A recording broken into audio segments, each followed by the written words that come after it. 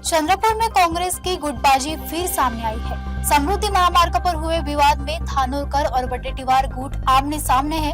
अपहरण के आरोपों के बाद कांग्रेस विधायक नाना पटोले ने कहा कि राज्य नेतृत्व को यह मामला सुलझाना चाहिए और महापौर चुनाव से पहले पार्टी स्तर पर इसे खत्म करना जरूरी है। मी एक गोष्ट सांगितली की काँग्रेसचं अपयश नाही असतं, व्यक्तीचं अपयश असते, पक्षाचं अपयश नाही। कार्यकर्ते आपल्या पद्धतीनं आणि सामान्य लोक जी काँग्रेस विचाराची आहेत ती आपला पक्ष निवडून आला पाहिजे त्यासाठी ते प्रयत्न करतात।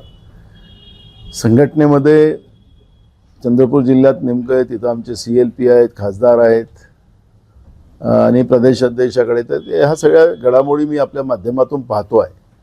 त्यामुळे आता जे चाललेलं आहे ते काही बरोबर नाही आहे असं मला वाटतं आहे। जेव्हा पक्षाची मीटिंग होईल त्यावेळेस आम्ही याच्यावरची चर्चा करू।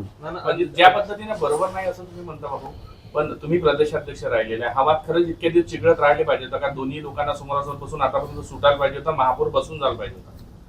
नाही, महापौराची निवडणूक 10 तारखेला आहे। 10 त्याच्यामुळे महापौर असं पहिलेच नाही बसत, त्यामुळे ते वेळेपर्यंत सगळे समीकरण चालतात।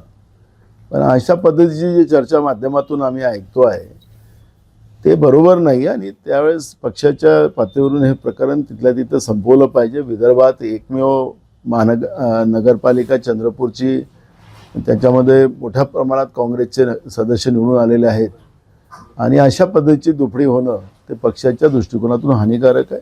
पक्षश्रेष्ठीने याच्यामध्ये दखल घेतली।